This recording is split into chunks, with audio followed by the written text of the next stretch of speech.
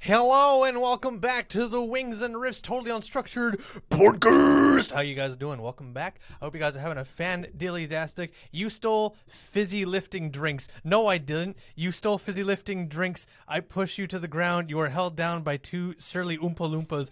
I pushed you to the ground. You're held there by two surly Oompa Loompas. Cool. Any audio listeners are like, what the fuck just happened? Why is the camera shaking so much? Because I'm tapping the fucking table with my knee. That's why. Sorry, we're just experiencing an earthquake here in Cologne. I don't fucking worry about it. It's all good. It's normal. Yeah, goddamn fucking audio listeners are having a hell of a time right now.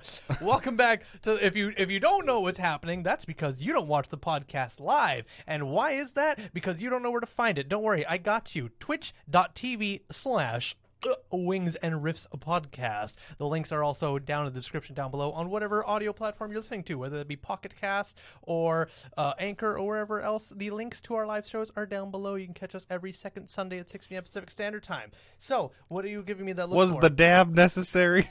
Yes, because slash. On the webcam, it's a slash, slash. See? Slash. All I see is slash. It's like, wait a second. It makes perfect sense because, twitch.tv / this podcast. Hey, you can't blame me. Critical Role did it first. That's where I got it from. God damn it. Oh, it's good times. So it's backwards, though. Oh, okay, well, fine. Slash. There we go. That's even dumber. It's a perfect dab. No, it's not. I hate it more. Oh, off to a great start. Well, if you guys want to watch all these antics live, you can catch us at twitch.tv / there it is the proper way. You're welcome. Wings and Riffs podcast. Links are down in the description down below. Anywho, welcome back to the podcast. Happy New Year to everybody. Thank you to the early people showing up. Even Lord Ghost Cat and Joe for your fizzy lifting drinks shenanigans. But thank you, and Tora DeSushi, all three of you, goddammit. Thank you, Hell's Breach, Tora DeSushi, Joe Dracona, Lord Ghost Cat, and Ethereal Ashy's here. Why, Ethereal Ashy, are you supposed to be busy right now? Daydream Fantasies and everybody else I missed? Nope, that's everybody. Awesome. Welcome back. Okay, we go back to Valorant now. Okay, bye-bye. Enjoy Valorant. Just use the other arm, dumbass. No, it was much easier to do this. No. Dab again, and I'm sending you more hot shit other than the chip. Oh, hot shit, you say? I'll take a magazine. Thanks very much, Breach. Anyways, my rehearsal. You wish it was. Fair enough. My rehearsal ended at 2:30. Oh, her rehearsal ended when you were... Apparently, yeah. Never mind then. Fair enough. I was like, well, I'm guessing going over to Taurus anyway. Yeah, okay, well. To be fair, I was expected to be here by like 1, but I was like, wait, he works still. I mean, you had been disappointed. You've been sitting on the steps waiting, so yeah, unfortunate, but oh well, it's what it is. All right, well, thank you guys for being here. Welcome back to the WinglessValkyrie live stream. Wings and Riffs, totally unstructured. Okay, I get it. It's been a while, but dude. It has been a while. I'm sorry. I know you're here. My apologies. So shaky. I'm sorry. I'll try and stop. You know what? Another thing is that the webcam itself is not like solidly locked on. I have it sitting at this awkward position that's very jumpy. That might be better. And I'm also chronically moving my leg, which doesn't help. We'll sit over here and we'll just try and be as still as possible. No promises, but we'll try and be as still as possible. We'll just go from there. All right. Now audio listeners are like, see, I don't have to deal with shaky cam. It works out. It's all perfectly balanced. I miss this shit, but I also don't miss vomiting, feeling like I'm in a fucking rocky ocean. So it's all good. All right. Well, thank you guys for coming back. And thank you to new people for joining up. We talk about literally whatever we want on here. It's usually themed around nerdy stuff and culture, like tabletop games, video games. It's a bit of media stuff like music and such. Most of the social media stuff comes from my end, and then a lot of like the video games and that kind of realm comes from Jackson's end. So if you're into anything in that broad term, then take a listen and give us a shot. And if you enjoy it, be sure to tell your friends. If you don't, well, you tell us. All right. Tell him. Or on mainly me. Him. Yeah, mainly me. Ethereal Ashy, to be fair, he also hasn't streamed on his solo channel for a long time. Also true, I did take quite a bit of a break over Christmas break. And then everyone should have. Everyone should have, yeah. I hope everyone had a good Christmas break. If you don't celebrate Christmas, then I hope you had a good last couple of days. Whatever it was to you, I hope they were good. All right. Well, I have a couple of topics just off the top of my head while the music was playing that I thought of that I wanted to bring up. So I'm going to start off with one that it mainly benefits to you that I don't even know if you're aware about. I'm sure you are. Monster Hunter Rise is now on Steam. Oh, did it actually finally actually drop on Steam? Oh, sorry, no. It's not out and playable on Steam, but it's coming out on yes, Steam. Yes, it is coming out on Steam, and chances are I'll probably buy it again because I never really actually dug my teeth into Rise. Mm-hmm. I'm not sure why, because with Monster Hunter World, I've played 550 hours of Monster Hunter World on my PC alone. Yeah, and then and you had it on PlayStation before even getting it on PC, and you finished it there too. So yeah, I've played through the game probably 4 times, maybe 5. Decent amount. If Ashley wanted to be hey, I want to play Monster Hunter, I'd be like, let's go! Let's go 5 times, hell yeah! But yeah, it's just Monster Hunter World has been the Monster Hunter for me. I'm not sure exactly why, but it just resonated with me for whatever reason. Yeah. I think the biggest difference between Rise and in World is, one, the controller. I much prefer using a PlayStation controller rather than the Switch controllers. Even the Switch Pro controller? Or wait, no. I never used the Switch Pro yeah. controller really all that much. Because I tend to play mainly handheld, so... Which surprised me. I play mainly docked. The handheld, I only ever play handheld when, quite literally, there's only one situation that I ever play handheld, and it's when I go to Cal Tire to get my tires changed over from winters to summers or summers to winters. Yep. For whatever reason, I could just, do like everybody else and pull out my phone and just watch YouTube videos. But for whatever reason, because I did it once, so now it's just my ritual when I change my tires, that's when I put my Switch into handheld. Otherwise, it stays in the dock permanently, and I just use the Pro controller. Mm-hmm. Yeah, honestly, I'm not sure. And then also, what really irked me is that you couldn't go through the entire game on Rise solo. Well, you could, but basically, so the village quests are only low rank up to a point. Okay. Then they're done. That's it. So then you have to go on to the online lobbies in order to do the rest of the game, which I wasn't a huge fan of. So as soon as I finished the main storyline, I dropped it hard. I tried to do, I think on stream, that tells you how long I played it, that I tried to go onto the online lobbies, but it took forever to kill anything, because anything was, statted for 2 players, 3 players, 4 players. Yeah. At least I believe it was. Other than that, I may have just been, not good enough at the game. It could. I mean, I doubt that sincerely, but also whenever you did the online lobbies, were you playing with randos, or do you have at least? No, it was just me. Oh, wait, hold on. So you had to play online. You have to go into the online lobbies, but you could do it solo if you really wanted to. Okay, but it didn't feel good because gotcha. I took 30 minutes to kill a Lagombi. Gotcha. A high rank Lagombi. That was it, and it's not worth it. I'm gonna drop this game for now. And I did. And I haven't picked it up since. Even though I do want to finish the game because I've heard it's a decent game, but I don't know. Maybe I'll end up deciding to get the PC version. I'm not 100%. I actually just picked up a bunch of games recently on it. So yeah, Ash, you told me you picked up both Witcher 1, 2, and 3, and for whatever dumb reason, you decided to start with Witcher 1. Why? Why did you just go to the Witcher 3, the good one, and play that one? I don't know. I've given it a chance, and it's been go here, do this, fight these, do this, and it's 1 or 3? 1. Okay. I'm probably gonna skip it. Yeah, I'm probably gonna skip both of them. Okay, I wanted the story. Yes, Ashy. I wanted the story, and I realized it doesn't fucking matter. It doesn't matter at all. The only time it does is the end of number 2, and that's it. Yeah. Then that just does your world state. Yeah. For The Witcher 3. Yeah, but then even if you start Witcher 3 brand new without playing those other 2 games, it'll ask you questions about the other game. You just pick what feels good to you. That's what Dalton told me, and I was like, all right. And then I went and watched playthroughs of 1 and 2, and I was like, yeah, I didn't need to play those. 3 is fine without ever playing those ones. So the combat I find is very, very bad in number 1. Yeah. How is the combat the same in number 3, where it's the point and click one? No. Good. God, Thank God. Absolutely not.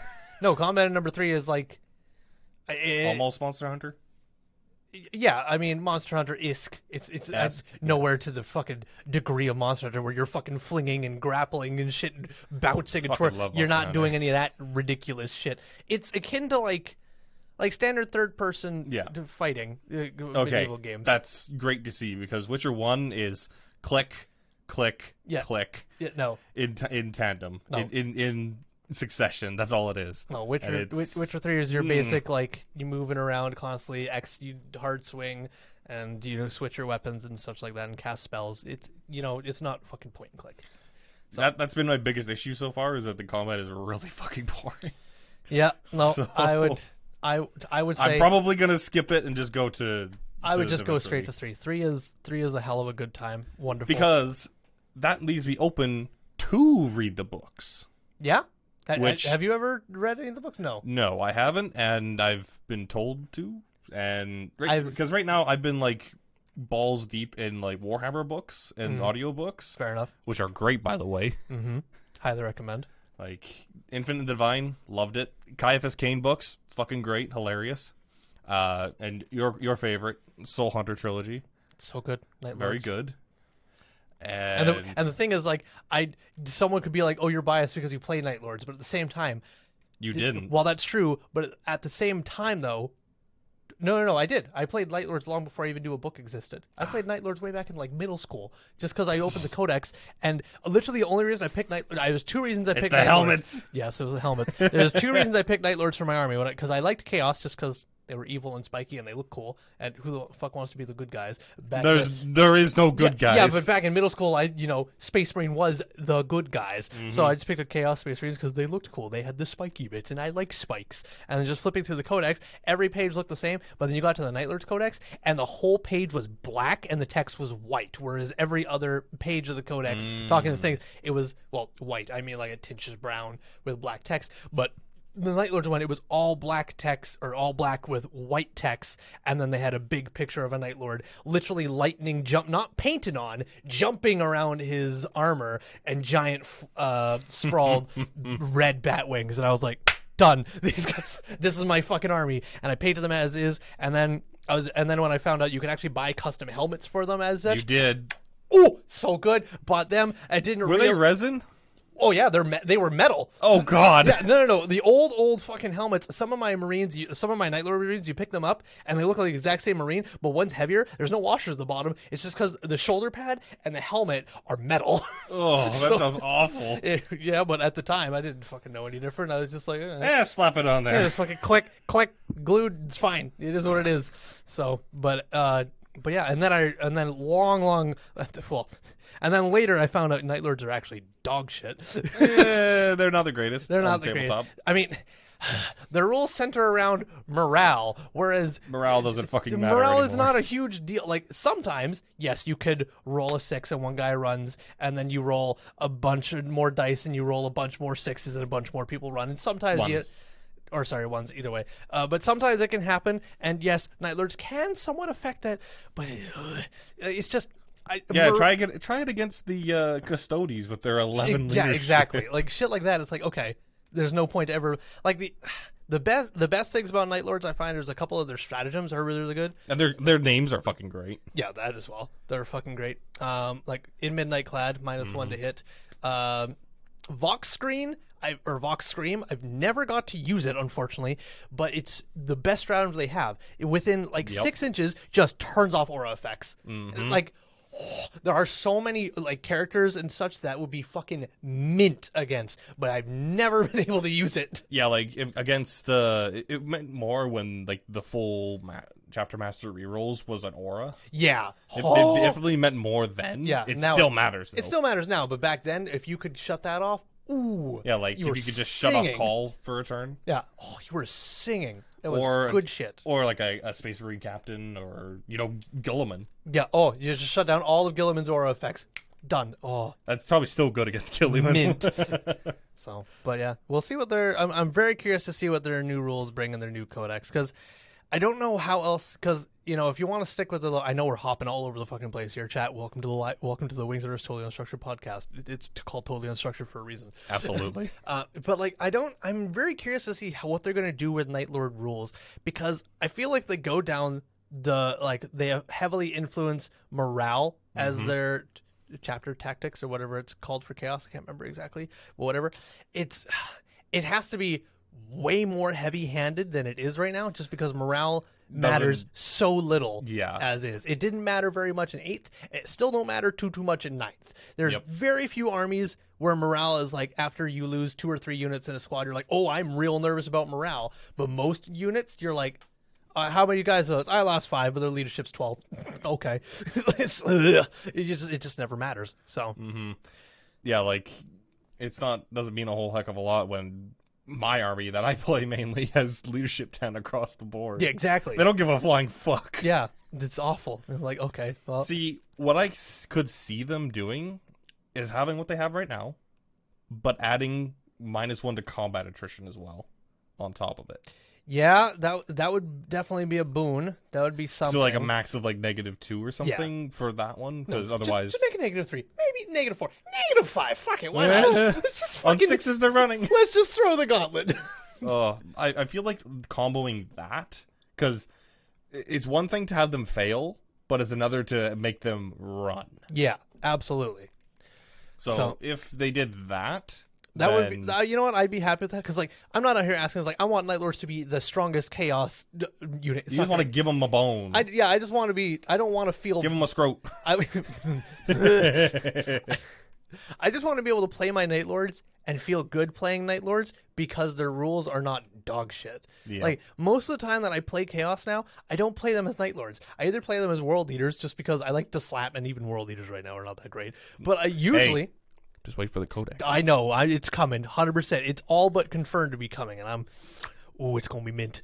And especially Berserkers at 2 damn wounds! Oh, it's going to be mint. And So- the new plastic Berserker kit, right? Yeah, 100%. It has to be. Right? There's no fucking way they don't do that. Right? Eldar just got a whole bunch of new models. Berserkers are next. Nah, they took all the budget. Fuck you, they did. There's no way. A small part of me is like, you right. But the other part of me is like, fuck you. Yeah, fuck you. Don't you dare. Don't you dare say that. Berserkers are older than me, and they look awful. Ugh. They're so tiny. They're small. They still, when you buy them from the GW store, they still ship with 25mm bases. I don't understand why. You can't even play the models you buy. It's why. Like, holy No shit. way. I shit you not. It makes me so mad. It's like, So that okay. means you bought Berserkers. No, I was going to buy more Berserkers. Oh, but on the thing it was like, yeah, they come with these. yeah, but I bases. checked and it said 25mm. And I was like, so They're I 32. Yeah, they're 32. All Marines are 32mm bases, but no, Minimum. Berserkers now they ship with the 25mm bases still. It's like, why? That's awful. So when you have to buy Berserkers, you have to buy 32mm base pack with them. Or- it's dumb. You don't do that and just kit bash your own. Or yeah, Because- that's what Mini Wargaming Dave did. He kit bashed the Age of Sigmar Berserkers. And you know what? They look great. Yep. They're newer, so they look nice. They got some dope looking axes. And honestly, if you're running Berserkers with firearms, you failed. So there's no point. Hey, some people like to have the pistols. Some people, and those people are playing World Eaters wrong. But The only type of ranged weapon they're supposed to have is grenades. yeah, and that's about it. And if you're throwing grenades, You failed your charge. yeah, if you're throwing grenades, you either haven't charged yet or you failed your charge last turn. That's it. Yup. So, but also speaking of price, so this leads me into something I'm going to make a video about. Not anytime soon. I'm going to wait a little bit, but I want to talk a little bit about Warhammer Plus. So Oh, no. I talked a little bit about Warhammer Plus many podcasts ago. For those of you who remember, Warhammer Plus is Games Workshop's own, basically their version of like a streaming service: Netflix, Hulu, Prime TV, all that kinds of stuff. So Warhammer Plus was, keyword was, this huge announcement that they were going to have. The primary biggest thing they were going to have on there was their own homemade animations, and well, their own homemade animations. There was a lot of them that were homemade their animations, own battle reports. and their own battle reports.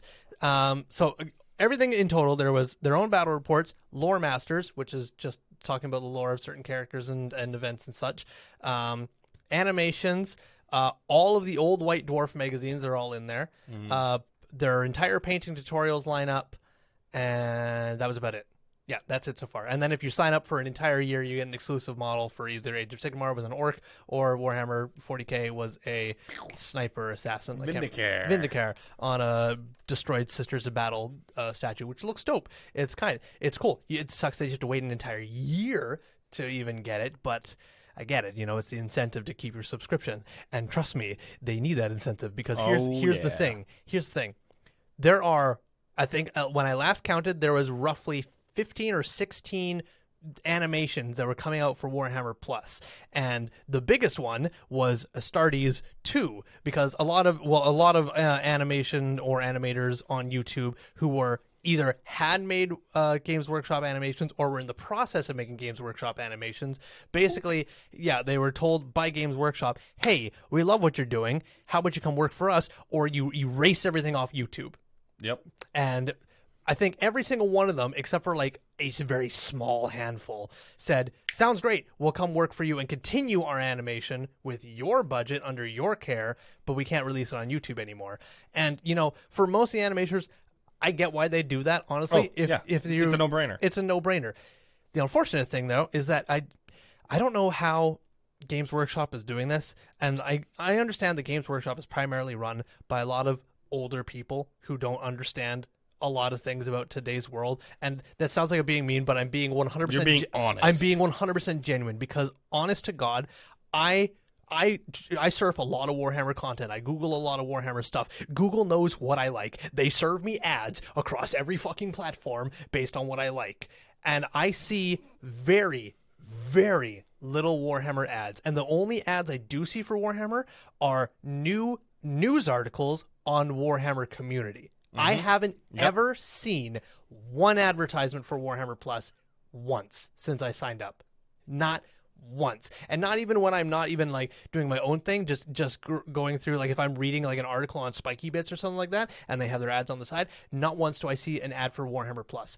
And the thing is, I know for a fact that they're not making as much money on Warhammer Plus as you'd like to think they are. No. Because a couple months in, they started saying that you could get $10 off the entire Games Workshop store if you signed up for Warhammer Plus now. It did not apply to those who already signed up. It was for new signups only. That's bullshit. Exactly. It was for new signups only. 2 months in, you're trying to make incentive, but the problem was, there's nothing there. There was nothing there. 2, the only place they're promoting Warhammer Plus was on their own store, Games Workshop, and in Warhammer Community. Nowhere else did I see it. There is no marketing team for Warhammer Plus. If you want people to sign up to this, you need to market it. You need to put advertisements out. To be fair, if they're not going to those particular websites...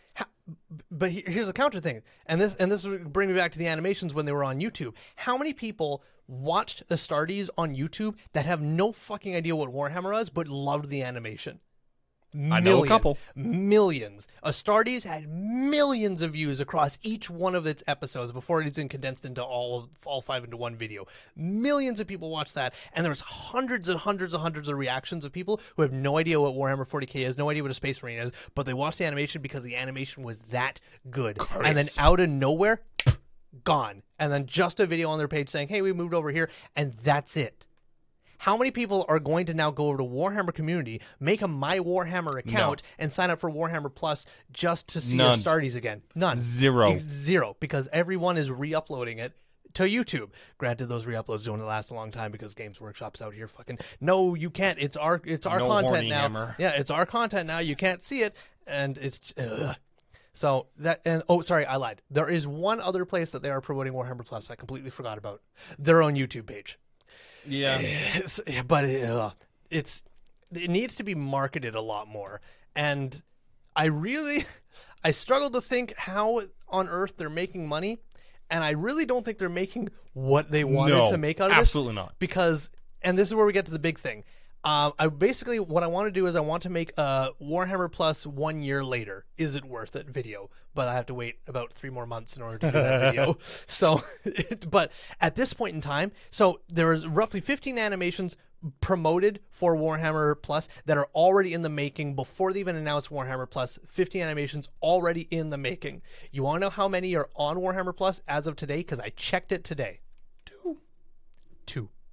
Hammer and Bolter, and Angels of Death. Technically, Astartes 1 is also on there, but it's not new. Everyone's seen Astartes, so it's not, an exclusive. And that alone is not worth staying there. It's not worth it. I think, have you watched any of the battle reports? I'm curious. Yes, I have.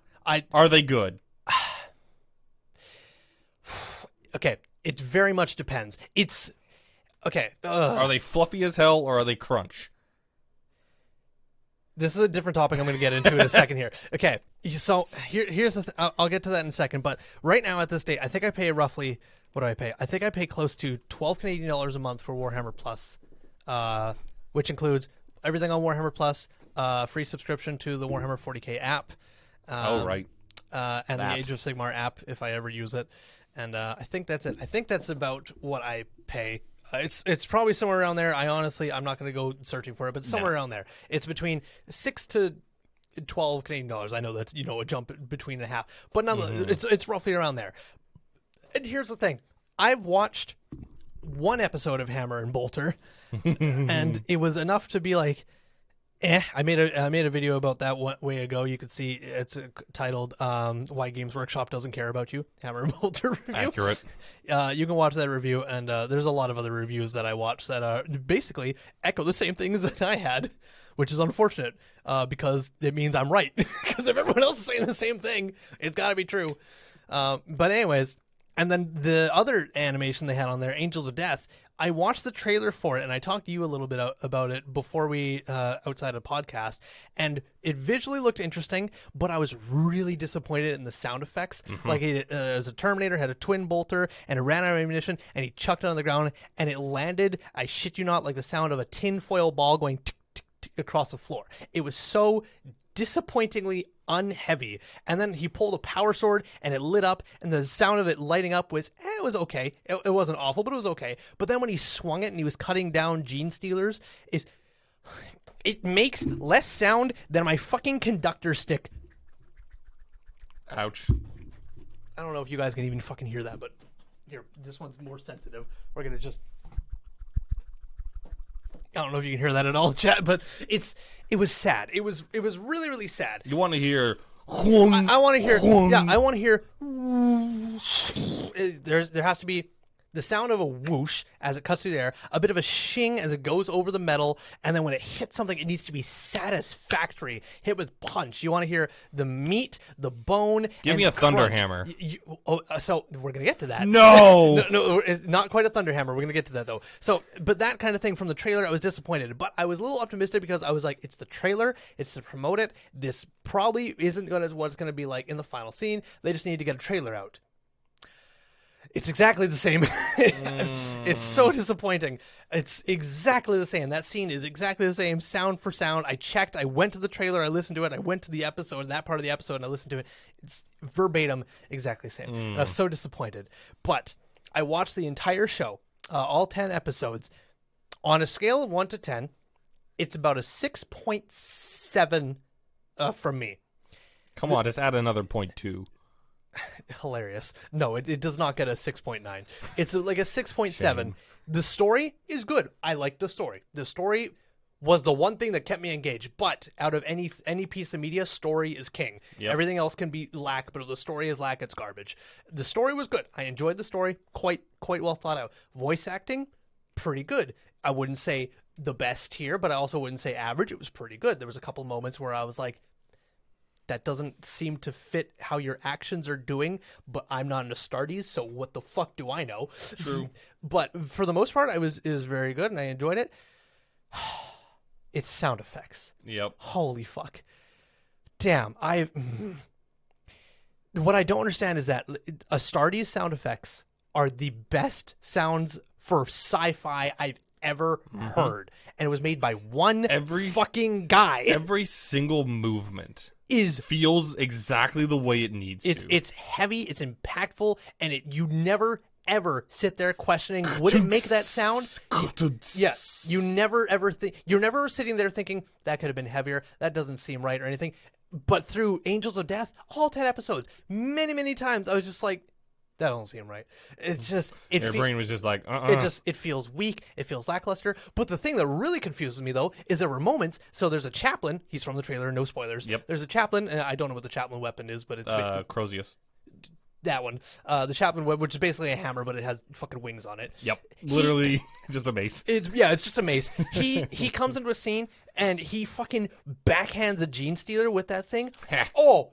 Meatiest crunch ever. The fucking and then it fucking splatters against a wall. Poof! It was juicy. Yeah, and I was like, that's what I want. That's the sounds I need. And in the same fucking episode, it then pans over to the goddamn Terminator with his power sword.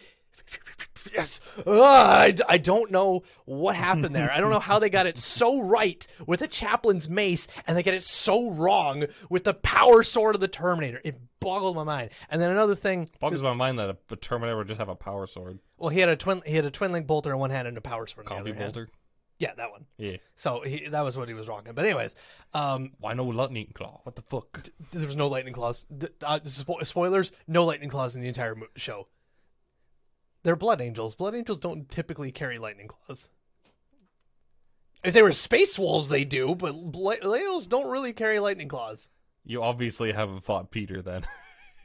I did fight Peter's blood angels, but I fought Vanguard vets with like storm shield claw. I don't remember that. I remember his sanguinary there guard. was a lot. Oh, I remember his sanguinary guard fucking absolutely ass blasting me to infinity. But anyways, that's not the point. Too. But anyways, so the sound effects is what I took a L that absolutely. The sound effects is what absolutely dragged down Angels of Death for me. And then also, this is, I don't even know what to call this, but this happened about 4 or 5 times throughout the entire show. And I'm going to try to explain it. So you're watching the show, right? You're watching the scene, and the scene's panning. Let's say there's a corpse in front of you, right? The scene's panning into this corpse while the Astartes are talking in the background or something, and then for a frame, it suddenly like fucking zooms in or like quickly pans over to the side of the corpse for one frame, and then it goes to the Astartes walking down, coming up to the corpse to the next scene. It's like a skip. Chaos? No, that's the thing. When I first saw it, I thought it was supposed to be like a jarring effect of something going on like that. But no, because it happens at the weirdest times. Because that was the first time it happened, and I was like, okay, that was weird. And I like skipped back frame by frame by frame, and it went to that frame, and it was just like a weird side angle of the face for one single frame, and then back to the other thing. And I was like, okay, don't know why they did that. But then it happened again several episodes later at a very tender moment. And it was just jarring because it's, you're listening to this and you're like getting into invested, and all of a sudden it's just like, it's suddenly like a weird, like, and it's not like it zoomed in. This one was like way off to the side and the character's head was like in the corner of the frame, and then it was back to normal. It was this weird, like they had another scene that was overlaid and they deleted it, but they missed one frame and it skips onto that. Oof. It's very jarring when you're watching it because it's basically like, a flash of white light while you're watching a movie just out of the blue. And I 100% guarantee they're not meant to be there because they're just jarring. No, that's just animation that was supposed to be cut probably. Exactly. It was weird, and the worst part is like it wasn't once or twice. It was at least like 4 or 5 times. That's sloppy. And I don't know the two things. One, I don't know how it made it past, because again, if this was a YouTuber's project, okay, you can let stuff fly, but it's not. This is a Games Workshop produced $1 billion. Yeah, this is a multi-billion-dollar company producing this content. So the one thing, I don't know how this slipped by when they were doing the final review before posting and before the producers said, yep, it's a green light. But at the second time, I don't know how it's still there. Yep. Warhammer Plus has been out for months. It's not fucking printed to tape where you can't fuck it and fix it anymore. It's digital. They could go up, they could re-edit it, re-upload it, not tell anyone, and it would be fine. And I don't know how it's still there. Like 7 months later, it blows my mind. So the sound effects and those weird glitchy. Oh, the third thing. Okay, I really sound like I'm really bashing on Angels of Death. You are, but it wasn't bad. The story really kept it going. I'm gonna be honest. The story and the voice acting and the characters really kept it going. But holy damn, I don't know who animated their mouths, but they it was bad. So. When you say words, your mouth forms to make those words. And when you're watching stuff like anime, you don't really notice because you only notice like when their mouth is open, they're saying something, but their mouth is typically just like this. It doesn't like it doesn't have all the intricate details going on No. here. It's just this. But when Which you is get fine. which is fine. But when you get to 3D animation, your character's mouth has to form to make those words. So if I say ah and my mouth is wide, but you hear oh, but my face is ah, your brain goes, that's not right. Guess what happens in Angels of Death over and over and over again? You want to know what happens in The Witcher 2? Oh, probably Let's exactly, go! probably exactly that. Oh, but it's so jarring. And again, the worst part is that a lot of the time, though, your characters, you don't see their mouths because they're in their Astartes helmets and everything, which is fine. So you never have to worry about that. You just watch their helmet move and like they nod and stuff, so you never notice. But then when the characters don't have their helmets on, or there's certain characters that are not Astartes, This is why I always have the helmets on. But when you get to certain characters that are not Astartes and you see their mouth and they're talking and like their mouth opens and they've said 2 words, but their jaw hasn't moved. And then their jaw closes on a 3rd word and starts forming the 4th word. And then they get to the 5th word and it's still forming that 4th word. It's just, it's so weird. And it's really, really awful to watch because you want to get into it. And like epic scenes are happening. You're like, oh, this is cool stuff that's fighting. But your mouth is stuck on the, and you've moved on to Astartes. It's just, so, yeah. At the end of the day, all in all, and that's the only animations that are on Warhammer Plus. It's fucking 7-8 months later since it launched. It's just Angels of Death and Hammer and Bolter. Honestly, I should watch all the other Hammer and Bolter episodes because I need to give a full review when it comes out, and I probably will. It won't take me long because there's not many. But if they're anything like the what was that Commissar Yarrick episode? Old Ballet. Yeah, Old Ballet. That was it. I'm gonna be pretty disappointed. Yeah. So, but at the end of the day, for Angel of Death, I know you don't have Warhammer Plus, but for any of you who do have Warhammer Plus or you're looking to get Warhammer Plus, honestly, if you like Space Marines and if you really, and I mean really like Blood Angels, it's great. It's wonderful. They suck Sanguinius's dick a lot. Oh no. It's crazy. But there's also I'm not going to spoil this part, but there's also a fun guest appearance by a really cool Blood Angels character that's in there. So I was very surprised to see that. I didn't expect to see him, and then when he came out of the shadows, I was like, oh shit. Is the character I would know? Oh, 100%. It's even if you don't play Blood Angels, it's someone you know. Oh, is it fucking Dante? No, Gabriel. No, Gabriel. No. Okay, The blood raven guy. No, Damn it. Spoilers, I guess, for anybody. So ironically, Dante is in the show. You never see him, but he's talked about, and technically voices a line. They get orders issued by Dante.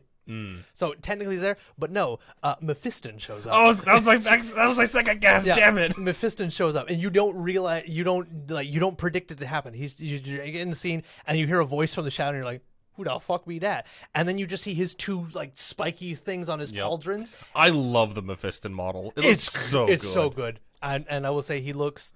Are you gonna get him? Probably. Honestly, probably. Because I like librarians, and Mephiston's a really good librarian. So, damn right he is. So probably I'll get him.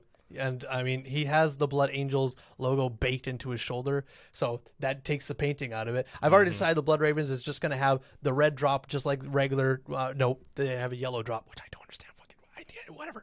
So, but he's going to have the red drop, and then I'm just going to paint the wings black because the Ravens, and we're going to do it that way. Yeah. What was I going to say? Right. So yeah, Mephiston's in it for 1 episode.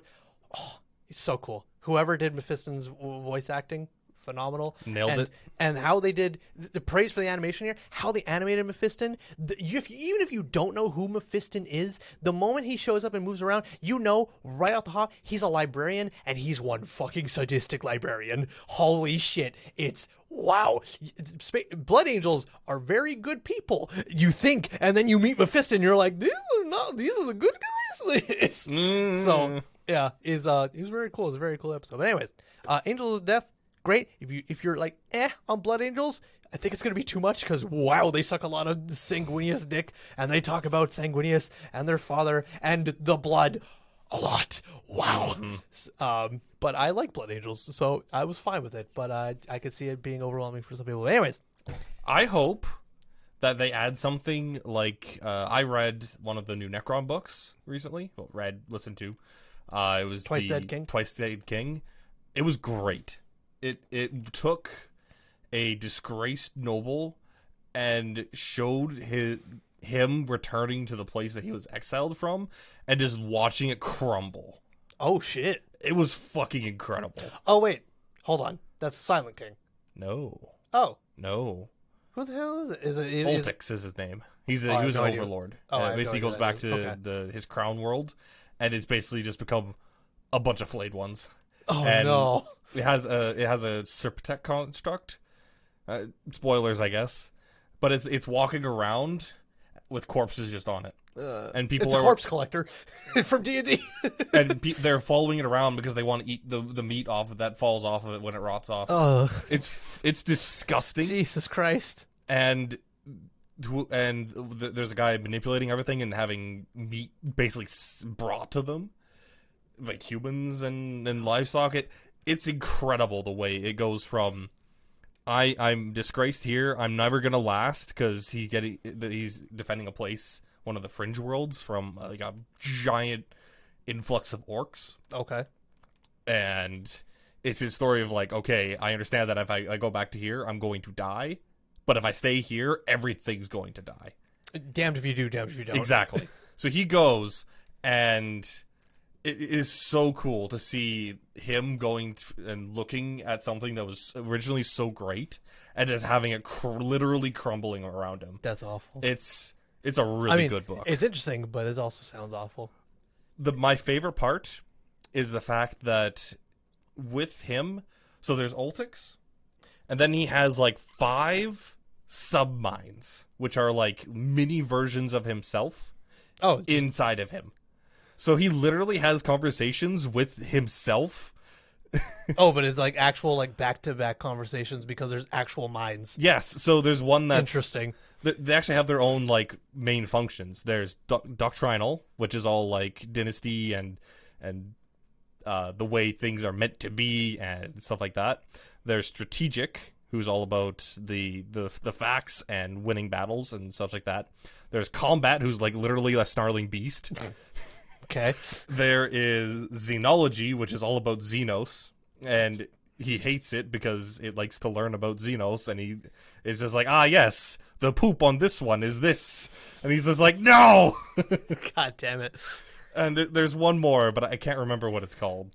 But it's just like him and those guys and all of them kind of like talking with each other, and those are actual characters. And I've never been like in this situation where it's like, I like the main character, but I like his subminds more. I like the subminds wait of a the main second. character more. Do I still like the main character? Exactly. And it's read by the same guy who did Infinite and the Divine. Oh, okay. So it's so fucking good. And they're coming out with the second book of, I think it's going to be a trilogy. Okay. And I'm so fucking hype because that entire book was a roller coaster, and I loved it. Did you like it more or less than Infinite and the Divine? Because you really liked Infinite and Divine. I gotta say, I just really like Trayson.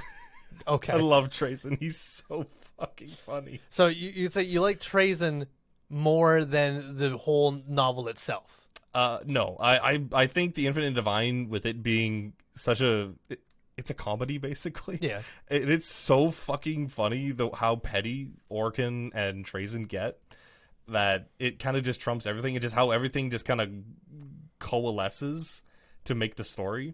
Like, Trayson, having, again, spoilers, trying to kill Orkin with a gene stealer, leading to a gene stealer cult like 300 years in the future. Yeah. It's fucking funny, and it's so cool the way everything just kind of interlocks with the story. So Infinite and Divine is definitely like my number one. I'm also biased as all fuck, but but Twice Dead King, absolutely worth the read. 100%. Even if you don't like Necrons a whole lot, this it does its whole like morality thing really well for Necrons. I'd at least give it a try, but that's just me, and I'm hella biased. Yeah. Well, I mean, honestly, I ironically, I told you like how much I love the Night Lords trilogy. The Night Lords trilogy books is the only time I've ever fucking like out loud got angry and upset at a book. I know exactly what part you're talking about. I've never been that way for a novel ever. And I have some novels that I love. The Name of the Wind, I love that novel. The Lies of Locke Lamora, love it. But like those novels, I don't, when I put them down, I'm not like, God damn it, fuck you. I've never done that. But at the end of the Night Lords trilogy, I was like, fuck you, asshole! I trusted you. God damn it! I was so angry. Son of a bitch! I was so fucking pissed. And then when he fucking says, "So, how are you?" I was, fuck you. I was so tired. I know exactly what fucking I was part. So and I mad. love it. And the worst. I was at work and I was reading it down at MPST, so somebody was with me, and I was just like, "Fuck you!" And so it was like, I was like, "What the fuck?" It's like. I wish. You had to explain. Well, like they were like, "What's going on?" And I was like, "I wish I could tell you. It's way too complicated." And they're like, "Okay." So they just went back to their fucking thing. But I was so fucking livid. But because I was so livid, it's why I love that book, because no other book has ever made me like that. And I will admit, the Night Lord trilogy is pretty fucking great, and I'm really glad that I listened to it. But I'm biased. Yeah, that's fair. Well, I'm also biased. I didn't overly like Infinite and Divine. You never finished it. I never finished it. No, You never got to the good parts. Well, hold on a minute. So let me explain. So initially, I never finished it. I have gone back and have tried to finish it intermittently. I'll listen to it before I go to bed, and I just put it on and I'll listen to it. But then I constantly have to keep rewinding because I don't know where I fell asleep to. Yeah, that's not a very great way to do. No, but Divine. I don't know whenever because Infinite and Divine is not one of those books that I want to sit down and actively listen to, because I just tune out. It's just, it becomes way too complicated for me. The time fucking just snaps, and I hate it. I know they're Necrons, so time just fucking whizzes them by. But I'm not a Necron, and I can't handle this fucking time jumping shit. 300 years later. Yeah, I can't. 4,000 years later. I can't fucking deal with that. However, I want to make one point. One part of the book that got me. When Trazen was with that human in the library or something. Oh, you got that far. I got that far. When he was in the library with the human, and he was getting the books, and then suddenly he was like, "Can you get me something?" He was like, "I'm retired now." And what? Yeah. And it's boom. That whole human's life just happened in the span of like a couple minutes at that, even at most. In seconds. In Trazen's eyes, yeah. In Trazen's eyes, just boom. His entire life just happened like that. And Trazen, for the first time, realizes, oh, wow. Yeah, like Trazen is legitimately like, oh, I didn't even realize. Yeah. He had no idea. And this person spent his entire life with Trazen just there. But for Trazen, it was just like that. And that part, I really enjoyed that part. There's a lot of that. That was my favorite part so far. Again, I haven't finished it, but that was my favorite part so far. I was like, okay, that I enjoyed. I enjoyed seeing Trazen like realize like, oh wow, okay, and this person be like, because ironic, this person be like, thank you, like this has been great and whatever. And it's like, you don't hear humans talking about Necrons like, you spent there's a reason for that. Yeah, exactly. But it's like you don't hear that kind of stuff. So that kind of moment it was such a shift of how people portray Necrons, or like humanity portrays Necrons, and just seeing Trazen in a different light that was a nice moment. I enjoyed that. So that's my one little Give me bit of plastic praise. Trazen, please. Yeah, no kidding, right? Damn, they redid the whole Necron lineup and they don't redo Trazen? What the fuck? They did Illuminor to Zeras, and that's the only new character they've done. Like, why? And he wasn't even like the biggest one. Yeah, why would they do? They did give us the Silent King, though. Yeah, but there was no model of the Silent King. No, there wasn't. So yeah, they just like, boof. Not good enough here. Void Dragon. Boof. To be fair, there was a Necron model teased. Oh, on the rumor engine. Oh, was there? Because it's like for sure a Necron cape. Oh, okay. So it's like it could be one of them. It could be. Who knows, but it could be. Going all the way back. So, the battle reports on Warhammer Plus. Yes. Okay. Fluffy or crunch? Here's the thing. So, in my goals video, the third goal, which you know about, Absolutely. Chat. I may reveal some stuff here. So, congratulations, people. If you're a patron, you already know about it. Which I think everybody in chat right now, Ashley, Hell's Breach, I don't think anybody else is here. So you guys are both part of the Patreon, so you already know if you listen to the podcast. So, bada boom. But anyways, so as part of that third goal, I wanted, because again, I wanted to come out swinging with this, so I wanted to know what makes good content for this and what makes bad content for this. What type of content do I enjoy watching? Do people enjoy watching based off of comments? So I went and I did a full list. I think I even have it in Discord here over In your private Discord? Yeah, in my I think it was over here somewhere. It's somewhere over here. Yeah, so I went. Nice thumbnails, though. Thank you. Yeah, it's just where I also put my thumbnails. So, nope, it's not over here. Where the hell is it? Somewhere over here. I did. Okay, I don't know where it is, but somewhere in my private Discord channel. Where I saw God Shattering Star. That was a magic card. Oh, damn it!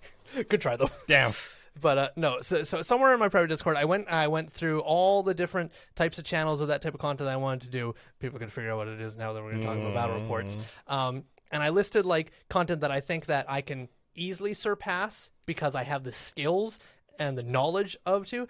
But basically, content where it was literally just two people playing the game, holding a camera, no cuts, no music, bad audio, reverb kind of stuff. Things that I'm very knowledgeable about. I know how to fix and I know how to do well. So I basically listed my competition and then what I liked about it, what I didn't like about it, so that I can take the good things about it and whatnot. And in doing so, I had to check out the battle reports on Warhammer Plus. This is Warhammer's battle reports. It better be the best of the best. It has Warhammer's money.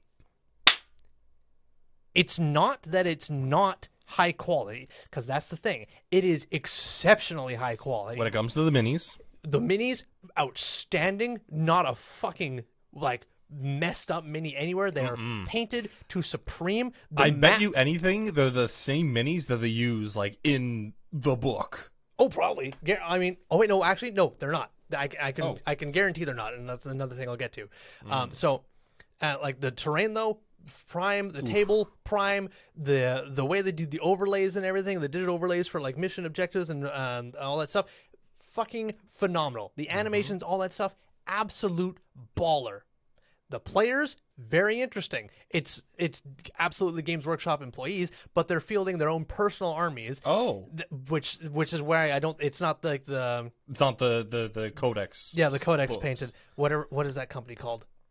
There's a company that does the painting for Warhammer's codexes. Oh, I'm not sure who it is. I can't remember. I think it's like heavy metal painting or something like that. Yeah. It's something like that. It's something like that. But they're the ones that do all like when you need to prominently display a model for like a press release or codexes. It's them. I think they're called heavy metal painting. But anyways, that sounds right. Gold standard, maybe. Something like that. But these are personal armies fielded by Games Workshop employees, and they're playing. So when they.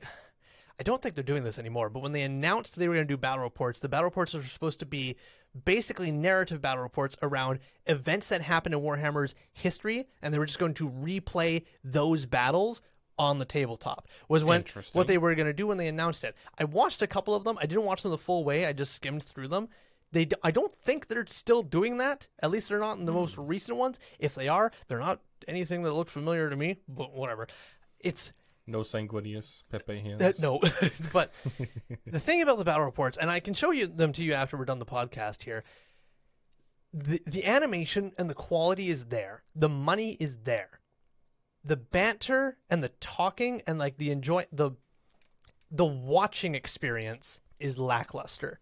They're doing it crunchy. They're there because they're paid to be there. Not because they want to play Warhammer. Exactly. It's one of the when you watch mini wargaming or play on tabletop or dice check, especially dice check. Number one, when you watch people from dice check play Warhammer, they are there to play Warhammer. They don't give a shit what the fuck happens. They're playing Warhammer live on stream and they have an absolute blast doing it. When you watch battle reports on Warhammer Plus, I do generally think that they enjoy playing Warhammer, but it's just part of their scheduled day, and it's just kind of something they have to go do in film because a lot of it just feels scripted. It doesn't feel real. It feels scripted, and for a battle report, isn't how it works. It doesn't feel right. A battle report is very what's the word? Mercurial. It's very adapting. Like you have to adapt on the fly based 100%. On dice rolls based on what happens with this fight over here if you need to intervene with a character, or this over there. It's very mercurial, and you have to be able to adapt. And the thing is, like, those events do happen. Like, of course, they roll something and they react to the roll and they adjust accordingly. But it's just so much there. But it's just like it's reactive to, like, oh, that happened, haha, and they move on and they move on from that. It's not like, you know, fucking you roll box cards. It's like, whoa, let's go fucking box cards. You're gonna snake eyes. Fuck. Like, it's not hype. It's not energetic. It doesn't capture me. And I think that's why I only skimmed through them, because I wasn't grabbed. The thing that stood out to me was the animation, the painting, the models, everything visual is there. Nothing competes visually with them except for Play on Tabletop competes with them in a visual manner. But Play on Tabletop does a lot of work with them. Holy shit, do they ever. But in terms of actually watching and enjoying the battle report, I couldn't do it because I was immediately hit with visuals, which were great, but nothing sunk in enough to hold me. It showed me a real nice picture, but I stared at the picture long enough. I know what it's like. What else do you got? What is, you know, yeah. But it's just, that's about it. Again, I'll show you afterwards. So, but yeah, I think in terms of like the best if you want to watch Warhammer 40K games and like get a real sense of like what playing Warhammer 40K is like, especially with like friends or even just new people who are like good mannered and like awesome people, Play on Tabletop, Dice Check, Mini Wargaming. Absolutely. Those my top three. Those are the big three in my opinion. Those are the big three. Those are my huge influence. Mini Wargaming has been doing Tabletop Titans and Winters as well. Winters is he doesn't really do a whole lot. Winters is an interesting person. I like Winters because he's knowledgeable. He knows what he's doing. He's been doing it for a very long time. But when it comes to the actual production side, it's minimal. There's no music. It's just him and the camera, and it's, you know, similar to Mini Wargaming. But Mini Wargaming has better cuts. They introduce music. There's way more hype between the players, no matter who it is. It's at Mini Wargaming. There's more hype. There's more energy. Good old Luca and such. Love Luca. Dave. Oh. I really wish they started doing more banter bat reps. I know they can't because of COVID, but damn, banter bat reps. Those are my fucking bread and butter. I love banter bat reps. I would love nothing more in my life to play a game with Dave and have a banter bat rep and have both of us have fucking apples of corn and fucking like do that whole like we all have an apple, we're like apple of corn. And like, sorry, sorry, but like do that whole linky thing and they eat. But that would be my fucking dream come true if I could do that. But Mini Wargaming, I'd say they've been doing battle reports the longest. Absolutely. I watched Mini Wargaming when I first started playing Warhammer back in like 6th grade, and they're still doing like games. So they're I know this is completely off topic. Okay, what happened to Vito? I don't know. I was thinking about that today. Ironically, I was thinking about that today. I was watching some battle reports on my break, and I just thought about that because I was watching the Gene Stealer one today, and I just thought about that, and I was like, I haven't seen Vito in a while. It just came to mind. I don't know where he is. I don't know what happened to him. I think he's just like the paint guy now because of all the COVID stuff. Because that's when he like bailed. It's true. But I don't know if he's still there. I don't know because you don't see him. You don't see him, and they've never talked about him. No, so I don't know. I might have to go into the vault. Maybe they've done like a weren't they doing like a weekly? I missed those. Those are so office good. Tours. What do they call those? Behind the scenes? No. It wasn't behind the scenes, but they called it. They had a name for that show. Yeah, I don't remember it. They're supposed to do that weekly. I don't think I've seen one. I don't see one for like 5 months. Yeah, 6 months. Oh shit. Okay, well. Yeah, we'll have to maybe look into that. But anyways, yeah, I don't know what happened to Vito. I hope he's still there because I like Vito. Vito's a cool guy. Yeah, the last time I remember him was a Path to Glory. Yeah, where that's the last time Slaanesh. That's the last time I saw Vito when he was playing Path to Glory and he was supposed to get Havocs, but they had no Slaanesh Havocs, so they had to re-roll, and he was salty about it the whole fucking campaign. Yep. As he should be. Yeah, because those would have been nutty. That would have been brilliant at that. But oh well, that's the last time I ever saw him too. Maybe that really just fucked him up that much that he couldn't have his Slaanesh Havocs. He said, you know what? Fuck this. Me and my airbrush are out.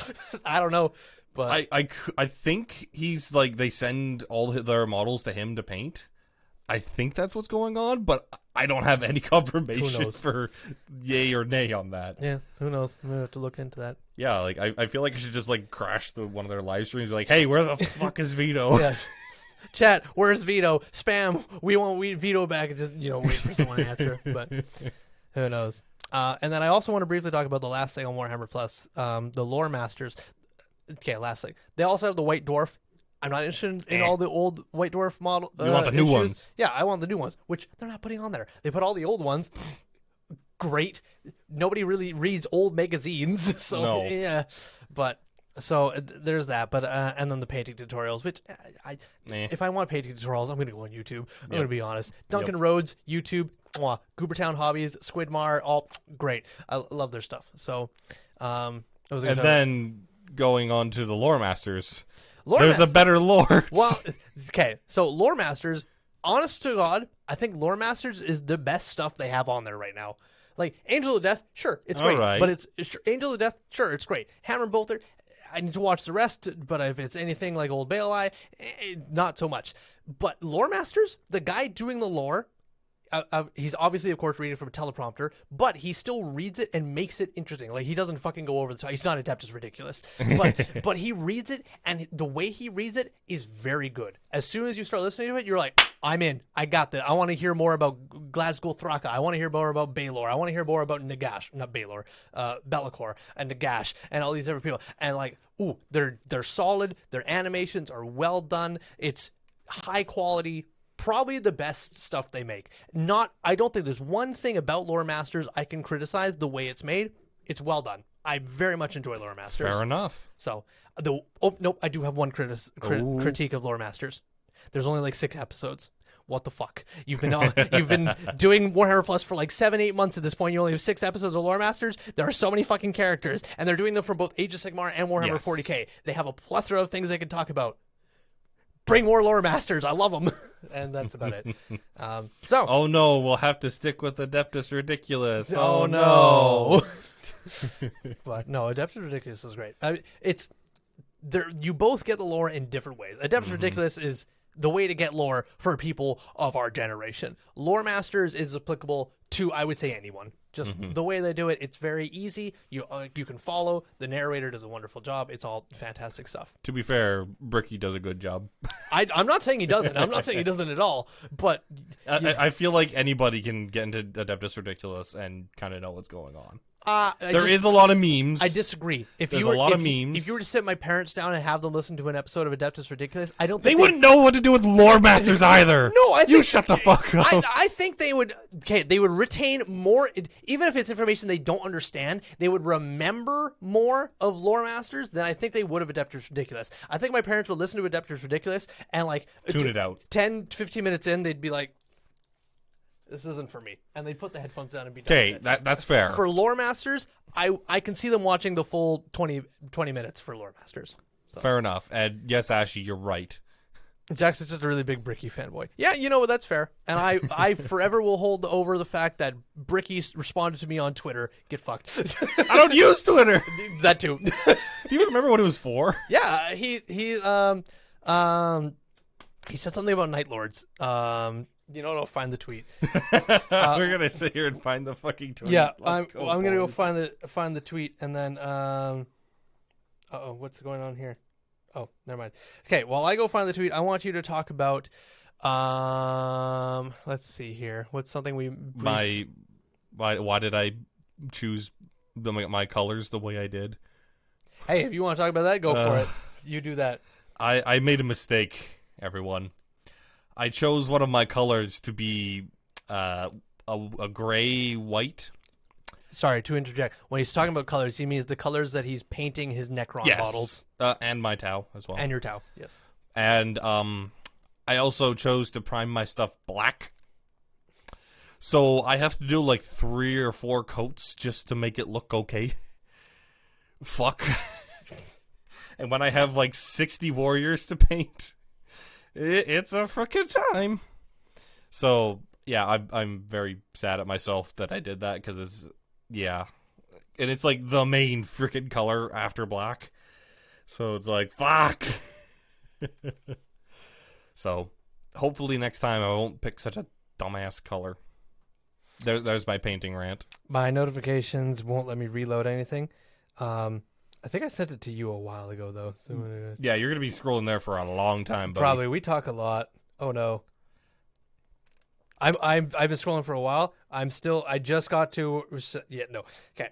You'll look at it another time. It happened. I remember it. You remember it. I do. Yeah, it happened. So Bricky basically talked about he was talking about the Night Lords trilogy, and I think I asked him like he said like he just finished the Night Lords trilogy, and he said like wow, and that was it or something. And I responded and I said like what was your like full on like honest opinion on a scale of 1 to 10, generic question. And he responded and he's saying they are the sole reason I'm building a Night Lords army now. Right. Yeah. Yep. So and I was just like, oh, dope, nice to know. Hey Jackson, guess who talked to me on Twitter? Fuck. So it wasn't really that big. Shitter. Wasn't really that big of a deal. It was, but bigger number, better person. He responded to me to Twitter. So just that kind of thing. I've seen some of his like recent tweets. They're fucking funny.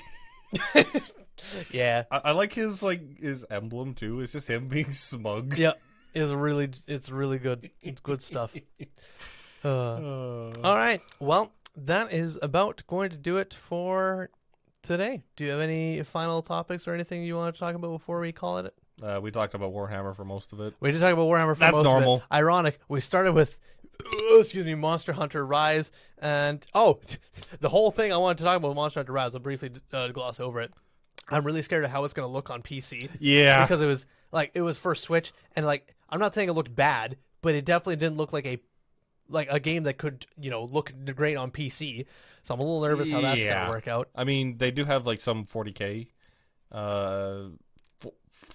4K. Oh, I was like, what? 4K. Monster Hunter 4K crossover? Hello? So they have some 4K models of the. Sorry, I just remembered that there's Commander decks coming out for Magic that have 40K themes. I forgot those are coming out. Oh no! I'm so excited. I'm real nervous to see what the cards look like and how many people are going to be like, this isn't Magic, this has Bolter Fire on it. I don't know, but they can suck our dicks. Yeah, I will absolutely. The moment they are announced, I'm going to Quantum and be like, yeah, you're getting. I'll get one of each. You're getting those Commander decks. Put one of those on reserve for me each. They're going to be like, oh yeah, they're $80 a piece. I'll go broke. I want them. Go broke. I want them. There's, you know what? I say this now, and they're gonna come out, and the cards are gonna be ass. The art's gonna be ass. No, there's no way the art's gonna be ass. This is Magic. Magic's art is never bad. Yep. They have the best artists in the world for their stuff. I wish that Wizards was able to do that for their D&D books, because some of their D&D books, the art is pretty awful. Yeah, well, the Player's Handbook.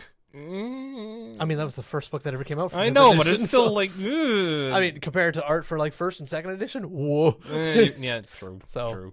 But apparently, she found the tweet. Oh, Ashley found the tweet. Interesting that Ashley found it. Interesting. All right, well, Ashley sent it to me on Discord. Let's see here. Oh yeah, she found it. Look at that. Bada bing. How did you find it and I couldn't? Well, there you go. So yeah. So yeah, he said something about Night Lords, and I said, by far my favorite series of 40K books. What did you think of them? And he responded saying, they are the sole reason I'm working on a Night Lords army. Talos and First Claw make for an incredible story. So very true. There we go. I'm the lore keeper. I scrolled a lot. All right, good stuff. Good stuff. Speaking of which, before we sign off, let me go ahead and just peruse through chat. I know we didn't really look at chat a whole lot today. I apologize for that. I did. Oh, well, thank you. Nermus, you were here as well. Thank you for showing up, Nermus. I apologize. There was actually a lot of chat. Oh, sorry. I just want to briefly go over. I don't want to read every single chat message because there's going to be a lot of things talking about topics we talked about way back in the day. I'm constantly going, I have no idea what you're talking about right now.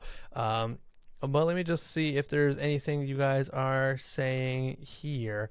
I never knew 40K has Arnold Schwarzenegger. What? I don't know about that one. Okay. I mean, to be fair, if anybody was Arnold Schwarzenegger in 40K, it'd be Caiaphas Cain, in a way. Yeah, fair enough. No. He would be old One Eye. Yarrick. Oh, Bale Eye. Yeah. I was like old One Eye. Sorry. He's the Tyranid? Yes. Yeah. You mentioned Terminators. Oh. I get it. I get it now. Damn, holy shit, Ashley. You can remember all the fucking way back to exactly what we were talking about.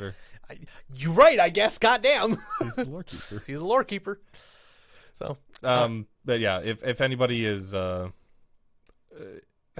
fuck, I don't even know what Caiaphas Cain would be. I think of him as the Mr. Bean of 40K. No, he's much cooler than Mr. Bean. What do you mean, Mr. Bean? And Mr. Bean is not a coward. Mr. Bean is the cool. You're right. I don't think Mr. Bean is capable of being a coward. No, he's not capable of knowing which is different. When to be a coward. Which is different from Caiaphas Cain because he is a coward. Yeah, that's true. But also, Mr. Bean is the coolest there is. Yeah, He's the fucking dopest.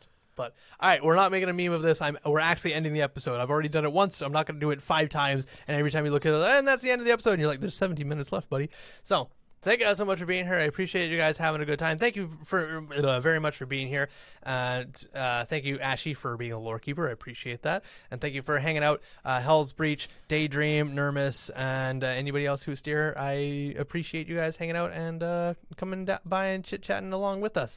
If you want to watch this or listen to this again, it will be up on any of your favorite podcast apps, be it Pocket Cast, Spotify, Anchor, wherever you listen to podcasts, you'll be able to find us there. And if you want to watch the video, it will also be up on the Wings and Riffs YouTube channel. You can go ahead and check that out there. But until 2 Sundays from now, my name is WinglessValkyrie. I've been one of your hosts for tonight. This here is Riffs. He's been your other host for tonight. And thank you guys for being here. Have yourselves a good night, and we will see you guys all again next time. Bye-bye. Bye-bye.